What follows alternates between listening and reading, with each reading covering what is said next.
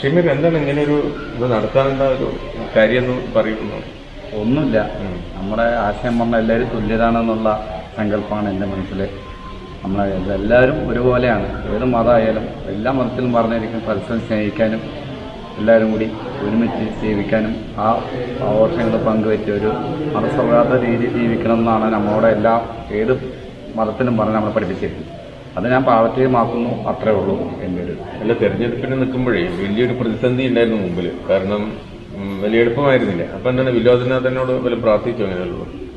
ഞാൻ എല്ലാ മതത്തും പോലെ ഞാൻ എൻ്റെ ഇലക്ഷൻ തുടങ്ങുമ്പോൾ തന്നെ ഫസ്റ്റ് എൻ്റെ പള്ളിയിലും തുടക്കം അതുകൊണ്ട് വിജയനാഥനും, അത് തുടക്കം കഴിഞ്ഞാൽ ലാസ്റ്റ് ക്രിസ്ത്യൻ പള്ളിയിൽ നമ്മൾ എന്ത് ചെയ്യുകയാണെങ്കിലും ഞാൻ ഈ 3 സ്ഥലങ്ങളിലും എന്ത് പരിപാടി ചെയ്യുകയാണെങ്കിലും അതിൽ തുടക്കം ഇട്ടിട്ടേ ഞാൻ എൻ്റെ എല്ലാ പരിപാടികളും ചെയ്യാറുള്ളൂ.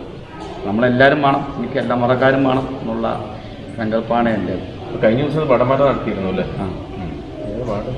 13 തിരുവിലാമല പഞ്ചായത്തിലെ 13ാം വാർഡ് മെമ്പർ ഷമീർ അലിയാണ് ഇപ്പോൾ നമ്മളിപ്പം. അധികം ആ തെരഞ്ഞെടുപ്പ് സമയത്ത് വലിയൊരു ഇങ്ങനെ പ്രതിസന്ധികളൊക്കെ ഉണ്ടായപ്പോൾ അതിനൊന്ന് മറികടക്കണം അദ്ദേഹത്തിന് എങ്ങനെയെങ്കിലും. അപ്പോൾ അദ്ദേഹം എല്ലാവരെയും ഒന്ന് കൂട്ടുപിടിച്ചു അല്ലേ? നല്ല കൂട്ടല്ല, അത് എൻ്റെ ഒരു ശൈലിയാണ്. നമ്മൾ എല്ലാവരും ആണെന്നുള്ളതിൻ്റെ ശൈലിയാണ്. അത് കൂട്ടുപിടിക്കലല്ല, നമുക്ക് അങ്ങനെ ഒരു വിചാരമില്ല. അതിനും കൂടെ നാട്ടിൻ പുറത്ത് എന്താഘോഷം ഉണ്ടായാലും അതിൽ കൂടെ നമ്മൾ സഹായിക്കണം. അത് മുതലാക്കാൻ വേണ്ടിയിട്ടല്ല. അല്ല, ഷമീർ അലി ഇപ്പം ഇങ്ങനെ ചെയ്യണമെന്ന് പറയുമ്പോഴേ ആളുകൾക്കത് ചിലപ്പോൾ അറിയില്ലല്ലോ എന്താണ്. ചെറുപ്പം മുതൽ അറിയുന്ന ആൾക്കാർക്ക് അറിയാം ഞാൻ എന്താണോ, ഞാൻ ഇങ്ങനെയുള്ളവനാണെന്നും അറിയുന്ന ആൾക്കാർക്ക് അറിയാം.